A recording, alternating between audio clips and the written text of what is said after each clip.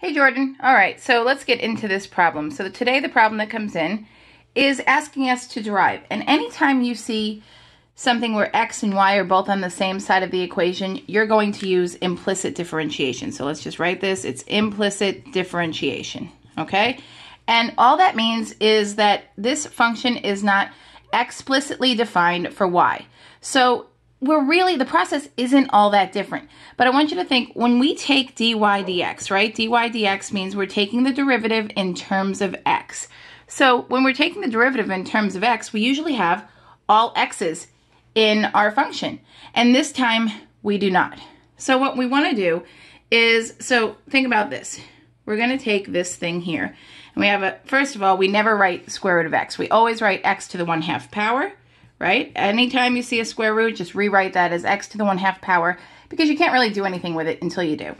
So then we have square root of y, which is y to the 1/2 power, equals 4.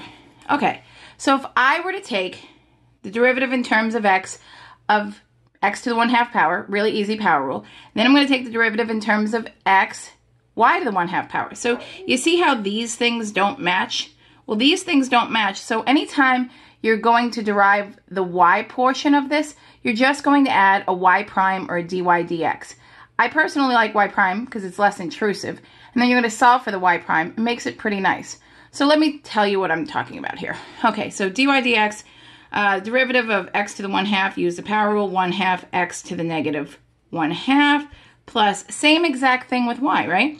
Y is 1/2 y to the negative 1/2. And if that was simply an x, we'd be done, but it's not, so we're going to add y prime. Okay, so we're saying this does not match this. This is not in terms of x. Equals, and the derivative of a constant is 0. Okay, so now we're going to basically isolate the y prime. That's what we're going to solve for at this point. So that's going to be pretty easy. We're going to subtract this first of all, negative 1/2, x to the negative 1/2. So we're going to subtract that. So we have a negative 1/2 x to the negative 1/2. Right? Let's bring everything else down. 1/2 y to the negative 1/2 times y prime. Okay, if we're solving for y prime, we're solving for this guy, which we are. We have something multiplied to it. Let me bring this down a little bit. Sorry about the shake. So we're going to divide. And I know it's ugly. We're dividing this fraction, so just bear with me. We're going to divide out everything that's multiplied to y prime. Basically, we're going to divide out what's keeping y prime from being by itself. So, 1/2, not negative. Oops, that's a y to the negative 1/2.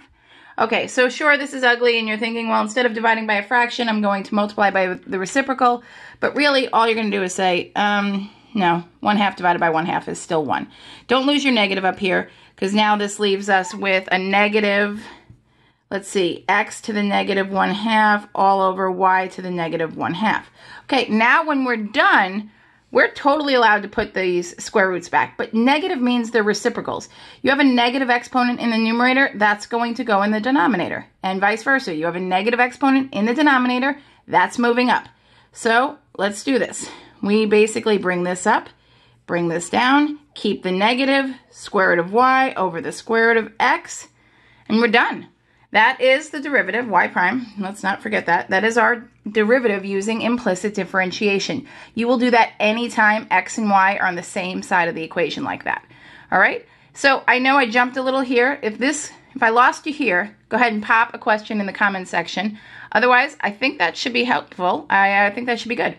All right? Talk to you later.